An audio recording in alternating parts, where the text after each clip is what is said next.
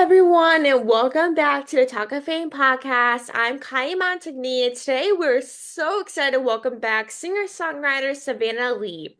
Savannah has been making waves on the road with Mackenzie McKay since last month, following her success of her EP Reminders of You, which dropped last summer.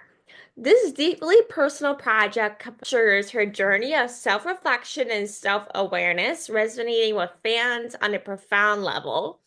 Beyond her music, Savannah is a passionate mental health advocate and a certified Enneagram coach. Last summer, she hosted an intimate event in LA, bringing fans together for a heartfelt discussion on mental health, Enneagrams, and of course, her music. Over the past year, she has shared the stage with Jonah Morris, Ashley Kutcher, and Edwin Raphael, strengthening her presence in the industry. Her live performances are known for their intimate, raw energy, creating a space where fans feel truly connected to the music and the moment. With new music on the way for 2025, Savannah is embracing vulnerability and strength, captivating the emotions of navigating life away from home. Her coming songs promote a mix of reflective, fun, and hopeful chaos, offering comfort and connection to those who need it the most. Alongside her music, she's gearing up for an exciting range of shows, expanding her reach across the US and internationally. We're so excited to catch up on everything she's been working on. She's been pretty busy lately. Well, welcome back to the show, Savannah. I'm so excited to have you back on. Thank you. I'm excited to be here. Definitely been a minute, so I'm excited to chat. So I know we talked about this before we even started recording, but what have you been up to lately? I can't even remember like the last time we actually chatted. Probably, if I had to take a guess, someone can probably look for me and tell me, but it probably has been like a year. Yeah, I mean, I've been doing just a lot more shows, I'd say than before. I really wanted to tour for a long time, and I got to do a lot more of that last year. Kind of in the first of the year, I was just doing a show pretty much every month, whether I was opening for somebody for like one show or another band, I'd open for like maybe a week. And then in November last year was my first month-long tour with Ashley Kutcher. That was really fun and super good experience, and it was definitely something that I like had wanted to do for a long time. And then of course now out with Mackenzie McKay, and like this whole month that we've been out, we're still on tour obviously.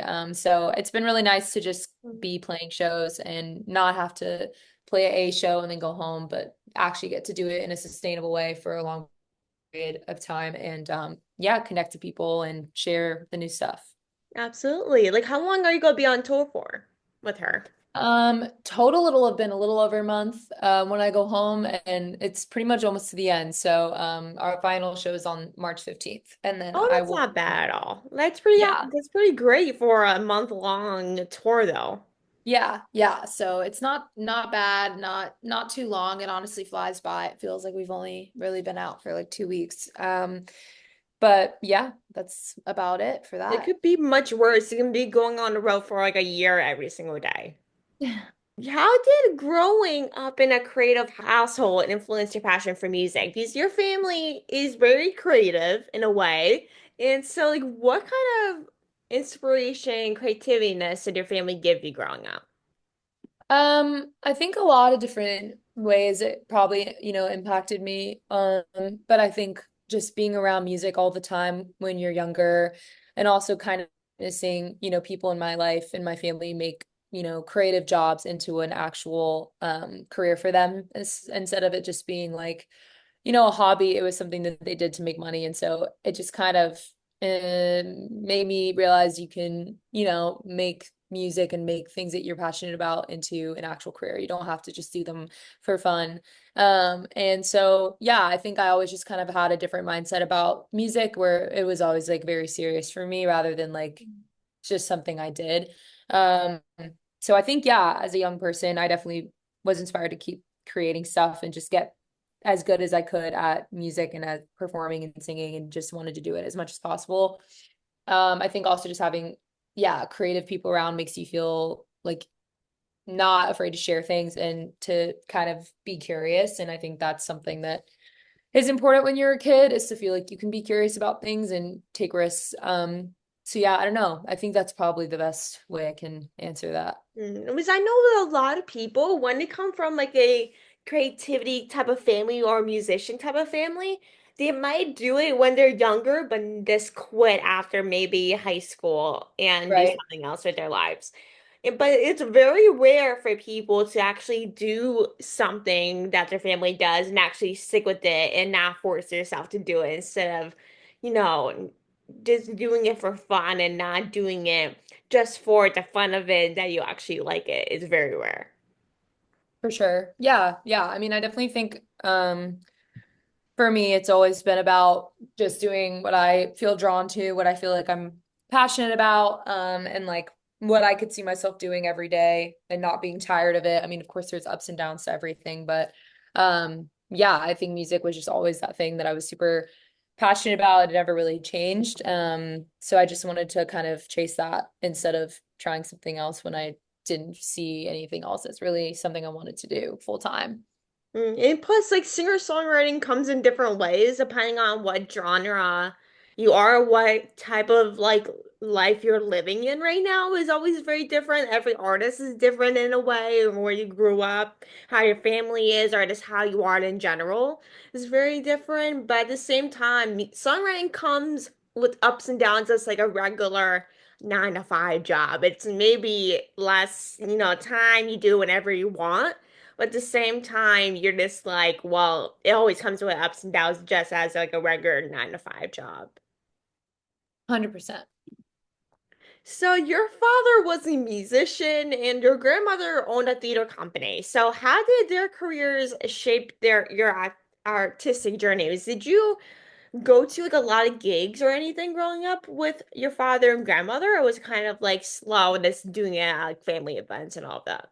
Yeah, I mean, my grandma kind of brought me into the acting world when I was super young, and she had like some independent films that she was working on when I was really like little, so I got to like act in some of those and just like be kind of in that space, which of course pushes you out of your comfort zone immediately to like have to learn how to perform on stage and to sing and to, play a character. And yeah, I would say that definitely was like something I was doing a lot when I was really young.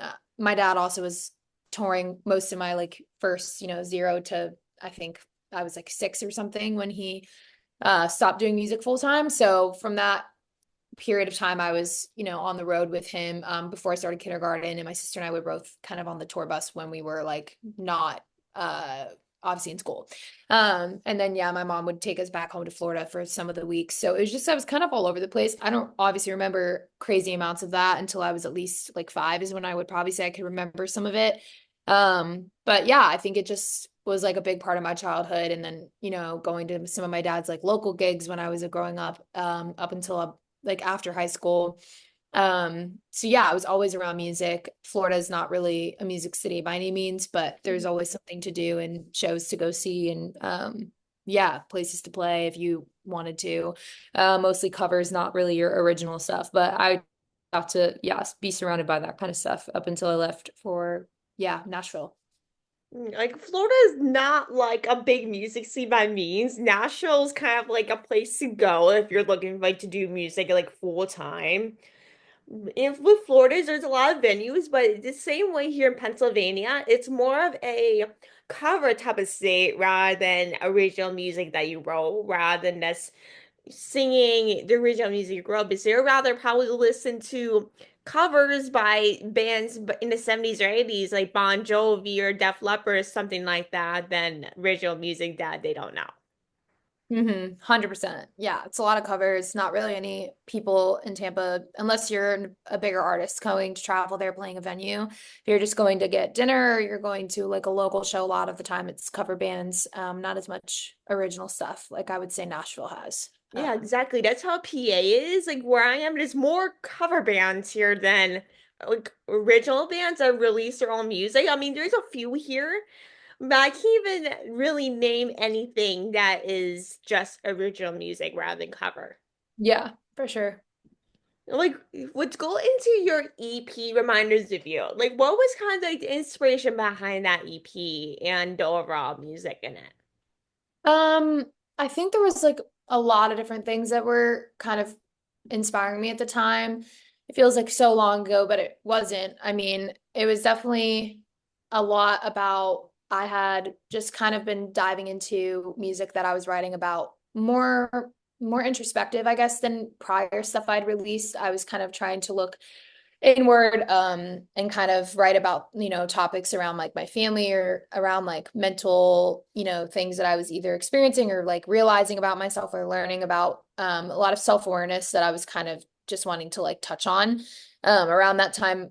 Before I'd written it, like I'd say the year before, I was diving more into like the Enneagram, which we chatted about a little bit, like psychology and attachment styles and just like things that kind of explain like the why behind a lot of our actions or motives as like humans. And I was just really inspired by that. And also going through like a pretty rough breakup at the time that, had kind of been with someone that had been in my life for like a really long time on and off for like many years. So it was just like a lot of big changes happening. And I think instead of, making a breakup song project, which I had already kind of done, I just wanted to more so dive into myself and the reasons why I maybe was in that relationship for so long rather than like blaming the other person for how they acted or whatever they did. It was more about like me and maybe what things I'd been through in my life as a child that kind of like shaped me into thinking that I should stay in a relationship where I wasn't, being seen or heard and kind of making it more about like my brain rather than the person and how I felt about them at the time. So there's just like a lot of through lines to my Enneagram type, my personality, childhood stuff, and just like touching on a little bit deeper things because I don't think any person really stays in an on and off relationship for years if there's not something deeper going on there Yeah, that unless makes it's like another like full-time relationship where it hasn't been on and off, and that's a different story. But yeah, after 100%. maybe three or four breakups, it has to be done after that. Certain Yeah, point. yeah. So definitely a lot of things about just like patterns and familiarity with people and why we hold on to people that we shouldn't and just those kinds of things. I guess overall I would just say like be diving into myself a little bit more and being more reflective the years prior. I just think it kind of like brought me to making that project. Like I would literally do the same thing, even though I maybe would be on an on and off breakup, I would be like, well, I'm just gonna make myself a song. Even if I did like a breakup album, I honestly would do another breakup album 2.0, but I also have like myself in it in a way. Like myself and then like a little breakup type of casual to make people mix feelings in it at the same time. But at the same time, if you're in an on and off relationship, I'd be like, well, if they don't go first, I'm staying in. If it were me, but I'm kind of like, if I'm obsessed with that person, then like I'm never leaving unless they leave me in a way. Yeah, I'm definitely the type that will I don't know. I'm really good about, I think, setting like a boundary with people and just kind of like knowing what I want and good about like if someone or something isn't serving me anymore, if I feel like the relationship isn't right. Not wasting time and just like ending it. It doesn't always have to be like this big tumultuous ending. I think for me that breakup that time, the time that it was all kind of ending and I wrote the project, it was had been going on the relationship for so many years, on and off, like I said, where it's like it was just time and there wasn't any like anger really or super big feelings or just any of that. I just think you get to a place where you know that you deserve better. And also just acknowledging that people can like care about each other but not be your person. They may not just be the right person for you, but you can still have like love for that person. Hmm. And I think, yeah, I don't know. I'm really not like the kind of person who will hold on when I feel like it's not right. Like I'll just be like, there has to be someone else out there because it's not you. So like why waste more time kind of thing, which Oh sounds yeah. harsh.